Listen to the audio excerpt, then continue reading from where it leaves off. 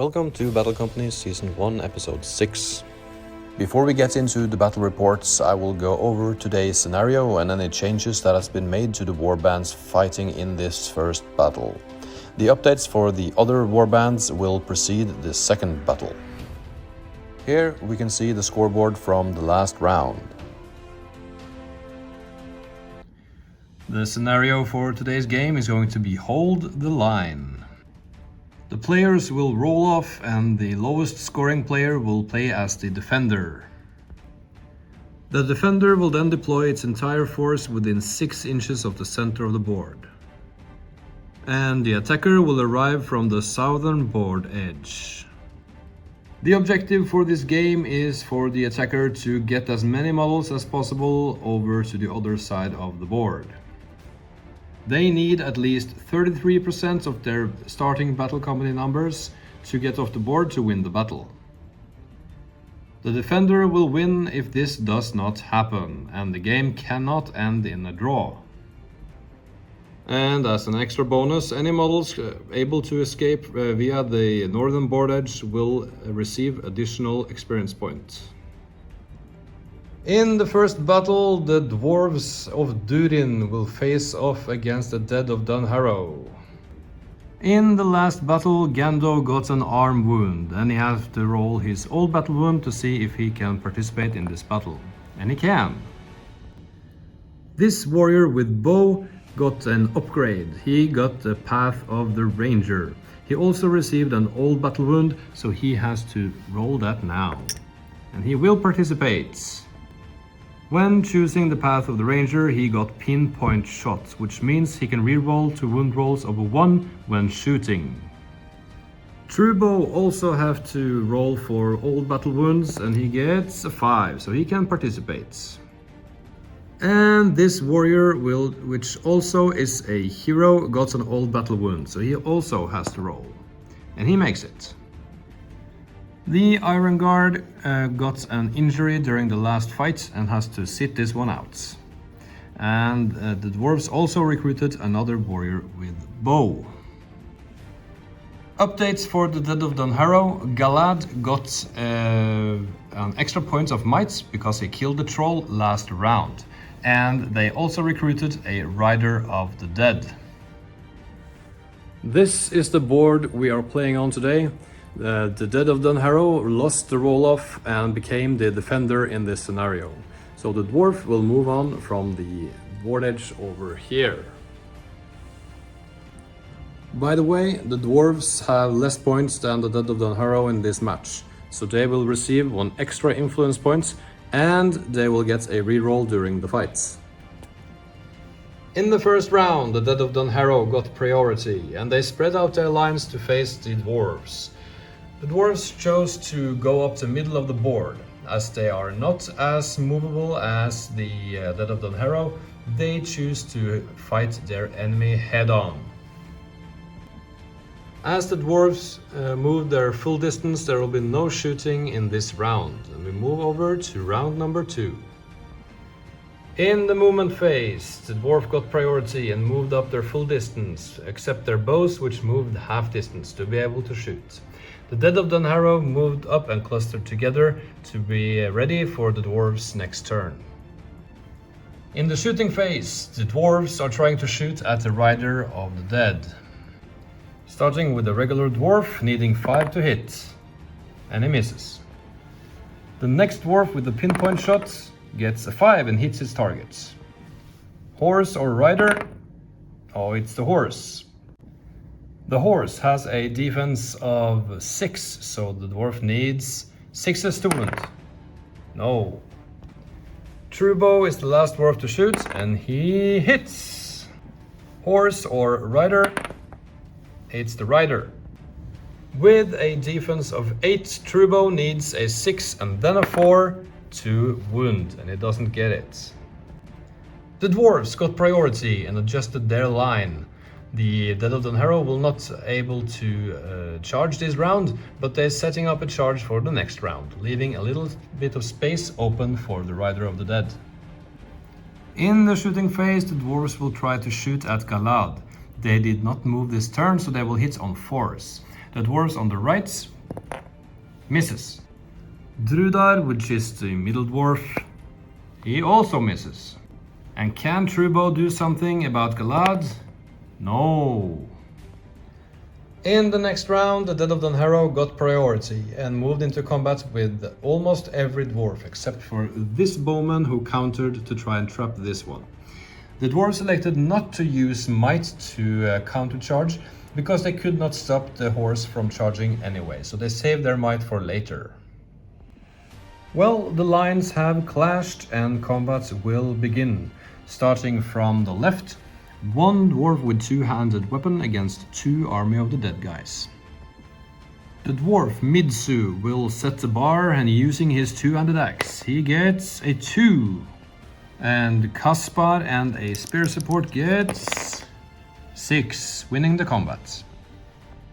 As usual, the army of the dead wounds against courage, and the dwarves has a courage of 4, which means that Kaspar and his friend needs 5s to kill Midsu. And they get a 5. Fate roll. He makes it. In the next fight, there is one dead guy with sword against the Vault Warden team. And the dead guy gets a 1. The dwarves, having a higher fight, automatically wins this combat and will strike blows, needing 6s to kill. No. Goff, the dwarf with the shield, will fight a Spearman of the Dead, and the Spearman of the Dead gets a 5, and Goff gets a 3. 5s to kill, and he gets it. Goff has to use his fates, and he saves. Now this is an important fight. Gando, the army leader, will be shielding against the charging Rider of the Dead. And Gando gets a measly 3. And the Rider gets a 4. Because of Galad is within 6 inches of the combat, the Rider of the Dead elects to reroll 1 of his dice. And he gets another 4. Taking no chances, Gando is going to use his points of might to turn his 3 into a 4. And because of his higher fight, he will win the combat. The next fight is Archer against Kaza, and Archer gets a 5. Kaza the dwarf, 1. Archer will need 5s, and he gets a 4. He will use a point of might to turn that into a 5, forcing Kaza to take a fate roll, and he gets a 5, so he saves. Galad, the army leader, will try to dispose of this dwarf with a two-handed weapon. The dwarf gets a 3, which is turned into a 2, and Galad gets a 1. The dwarf will get to make strikes. Normally he would need 6s by 4s to wound, but because of his two-handed weapon, he will need 5s by 3s, because the bonus is applied to both rolls. So let's see if he can do it. No, that was a lot of talking and no action. And the last fight, the army of the dead guy gets a 4. And the dwarf gets a 5, winning the combat. Now, he is trapped, so they double their attacks. 6 chances to wound, and they get 1 6. And 4s, 50-50, no. No casualties yet, but I guess that is about to change.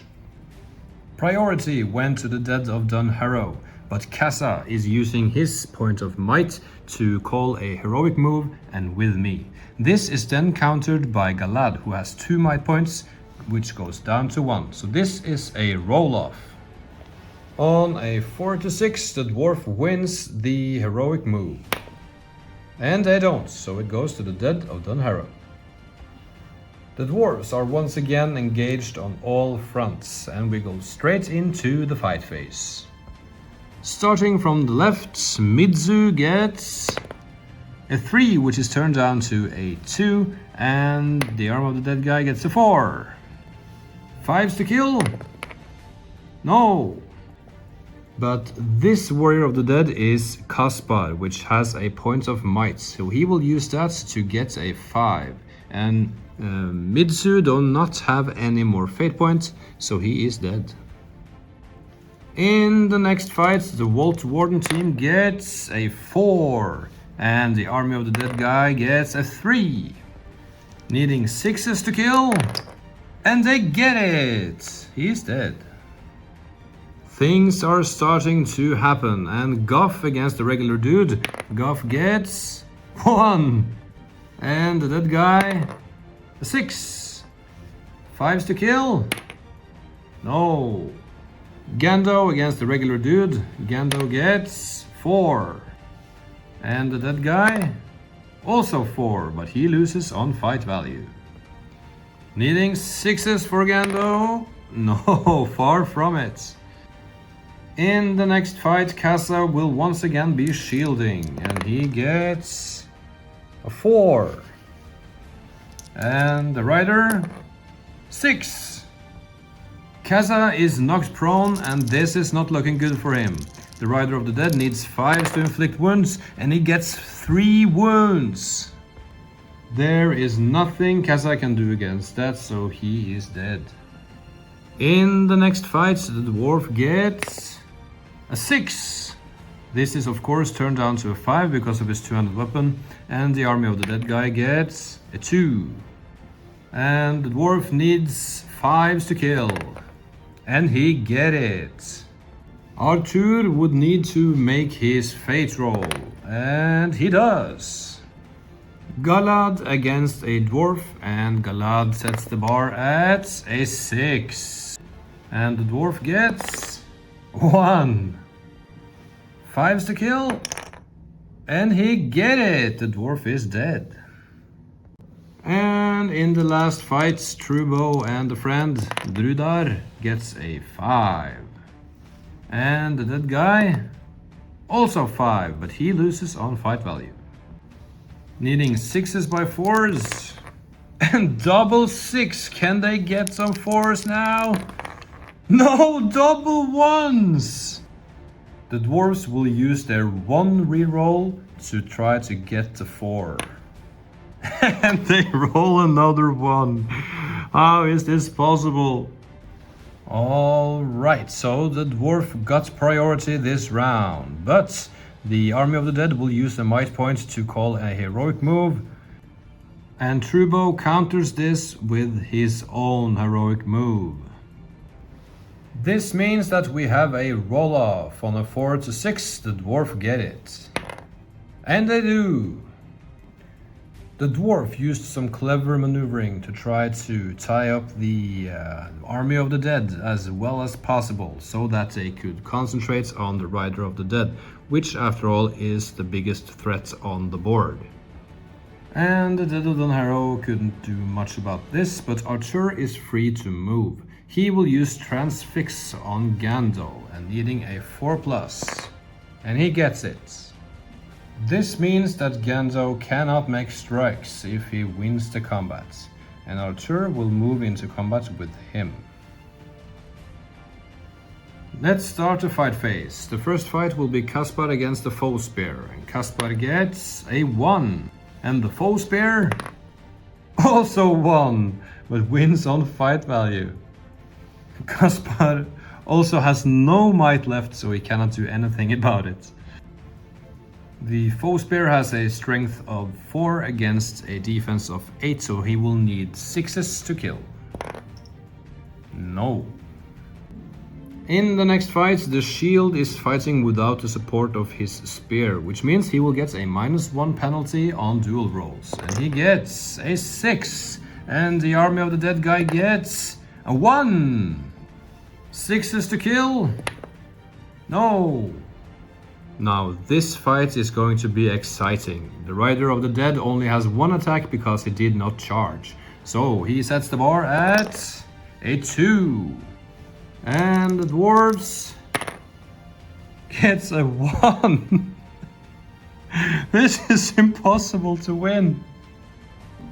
Needing 5s to kill the dwarf. No. In this fight, Trubo sets the bar at a 1. What's up with ones in this game? Alright, and the Army of the Dead guy gets a 3. Needing 5s to wound. Nothing. And the last fight, the Drudar gets a 2 and Galad a 6. Needing 5s to kill. No.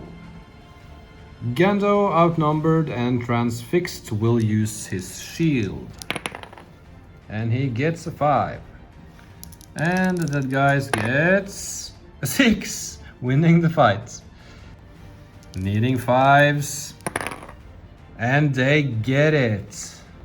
Gando will use his fate. And he fails. And he do not have any more might left. So he is dead. The Dwarven leader perishes. The Army of the Dead got priority, and the Dwarf have no might left on the board, so they couldn't do anything about it. They got charged on all fronts. The Dwarves have lost 4 models, and the Army of the Dead has only lost 1. By the way, I would just like to say that I roll the courage tests for the Dwarves when they are charging off camera. This is just to save some time. On to the fight phase, starting on the left with the foe spear setting the bar at a 1. And the dead guy gets also 1, so he loses. And this is no ordinary dead guy, that is Kaspar, but he has no might left, so he still loses the fight. The foe spear needs 6s to kill, and he gets a 5, but that is not enough.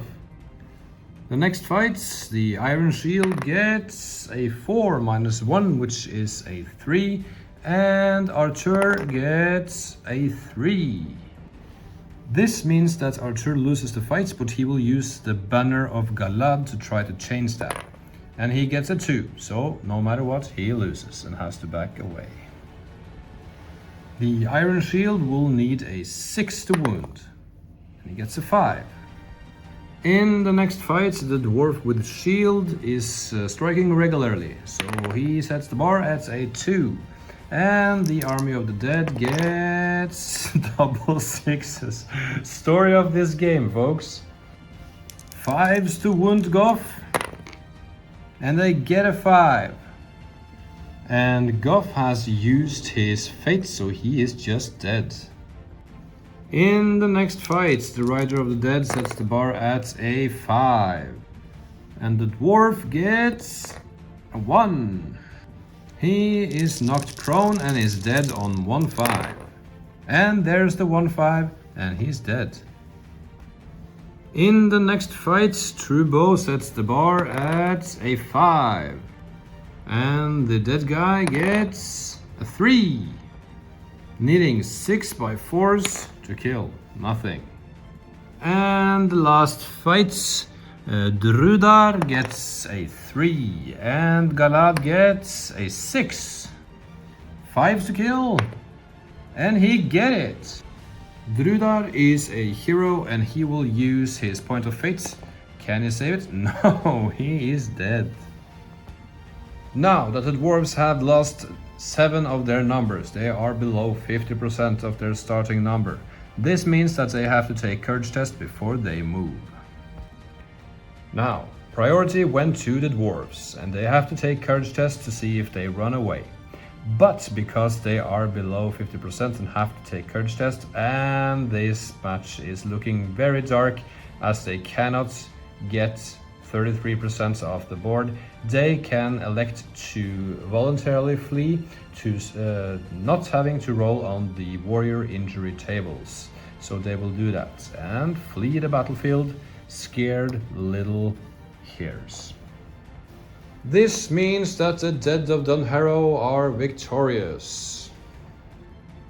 In the next scenario, we have the Warg Riders against Moria. Now, this fight might look a little bit unfair, and it is, because the Warg Riders have 45 points more than the Moria Goblins. So they will get an additional 3 influence points in this battle, as well as 3 rerolls that they can use at any time. Updates for the Moria force. It's only one spearman that has died, no recruitments and no advancements. Updates for the Warg Riders. Drozog got an extra point of might and got inflicted one arm wound, which means he will not be using a shield in this battle. Arset also got an advancement and got the steady aim rule, which means that he is not affected by moving when shooting. He still has to move half move to be able to shoot though. And he also got a leg wound, but as he is on a warg, that won't matter much. Snugug also got an advancement, which is heroic presence. This means that he can use a heroic combat every turn. For free. For recruitments, the Warg Riders got 2 additional Warg Riders, one with throwing spear and one with bow. One Warg got injured and will not participate in this battle, as well as a Warg Rider with bow. The scenario will be the same as the last battle as always. Moria became the defenders, so the Warg Riders will have to get over to the other side. They are 10 models total, so they need 4 models to get off the board on the opposite side of the table. Moria have deployed and are ready to receive the Warg Riders. The Warg Riders got priority and divided up their forces, sending the bulk of the orcs and wargs in the middle. 2 of them got onto the one flank, and the other flank we have 2 wargs over here. This will prove to be a very difficult battle for Moria, but we just have to wait and see what happens. In the Moria movement phase, the goblins moved back to evaluate their options as the battle progresses. On this flank over here, Rark and Gosh, the Limping Brothers, moved back and to the left to be able to stop the flanking wargs over here.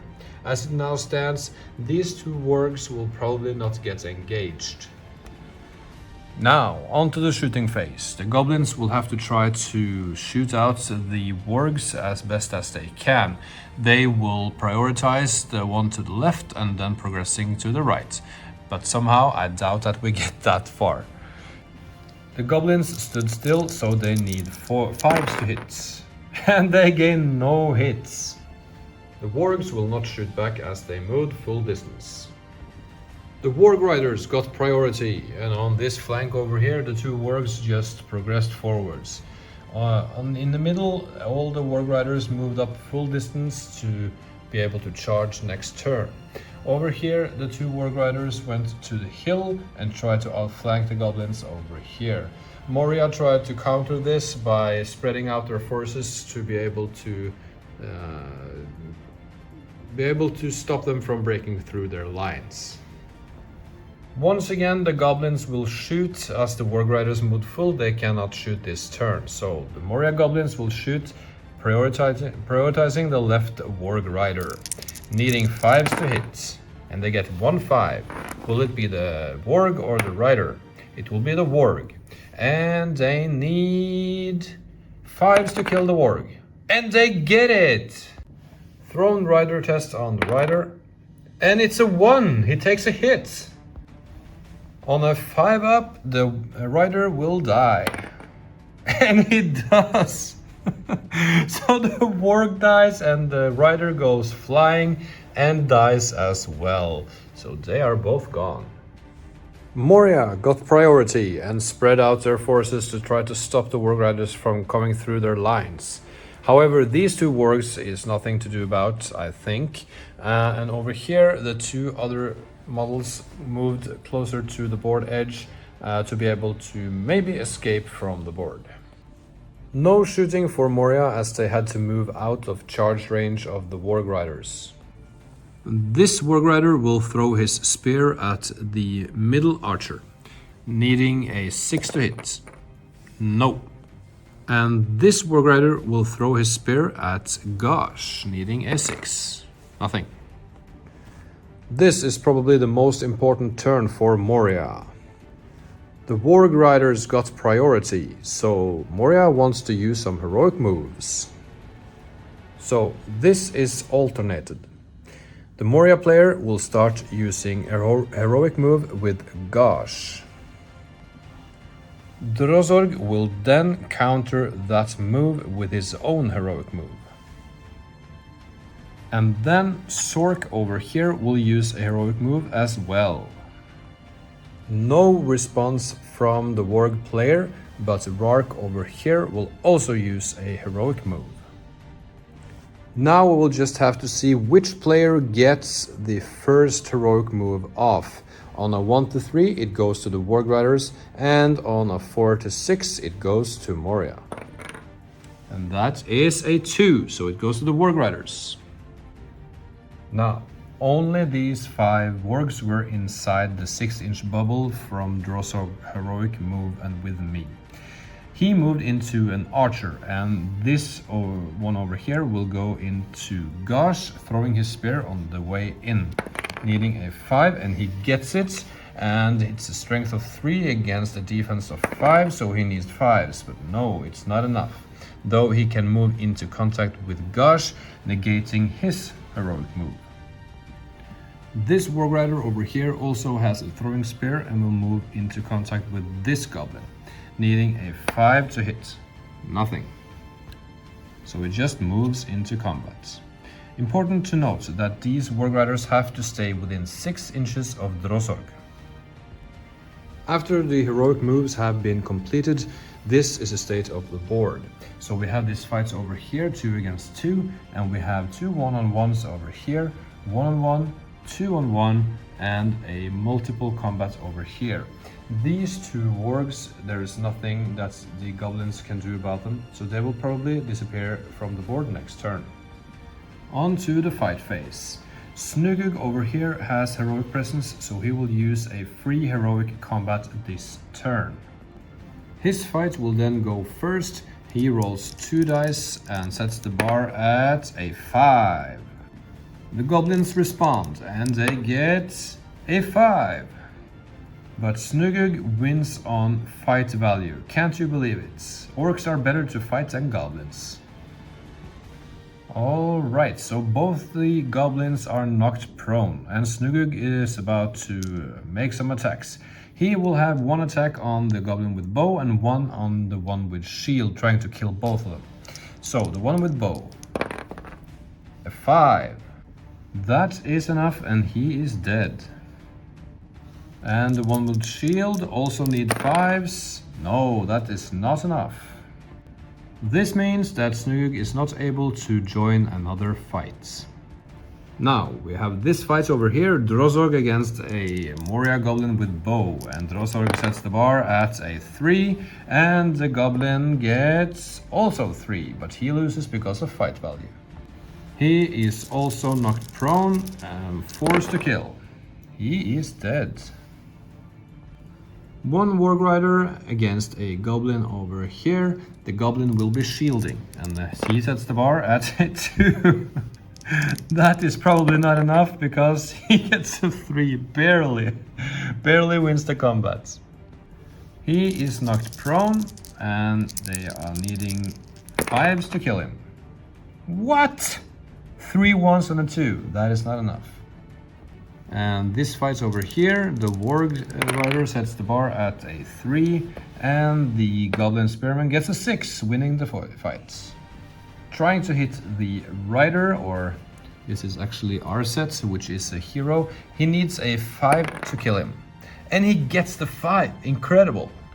Fate roll for Arset. No, he fails.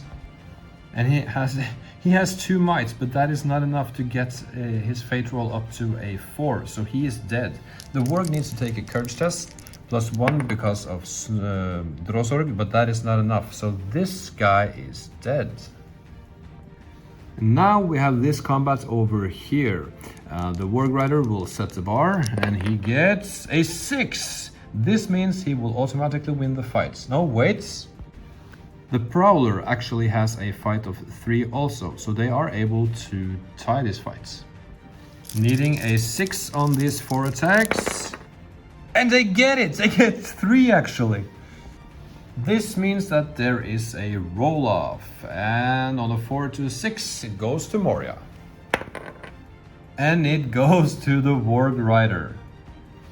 All the models in the fights are knocked prone, and the Warg Rider will try to kill the Prowler, needing a 4. And he get it, so the Prowler is dead. And this Goblin over here with a bow, also dead. Getting 2 kills. Brutal. And the last fight's over here. The Goblin sets the bar at a 3. And the Warg and Warg Rider gets a 4. Nothing they can do about that, so they are knocked prone. And let's see if they can kill Rark, needing 5s. And they get 2 6s. Rark has only 1 fate, so this is not enough to save him. He's dead. Now, this is looking very bad for the Goblins, but what can you expect against Warg Riders in a scenario like this? Priority went to the Goblins, but the Rozorg is using a point of might to calling a heroic move. As there are no more mights on the Moria side of the table, it goes off without a challenge. With the heroic move moving so far away from the Goblins, which means that the Goblins do not have any chance of stopping 4 models from getting off the board. This means that the Warg Riders are victorious, and the Goblins will not try to stop them to get more casualties for themselves, so they will just move out of the way and let the Warg Riders move off the table. Even though there is another turn after this, it is not possible for the Goblins to be able to chase them down, so we will call it here, and the Warg Riders are victorious. Here we have the scoreboard.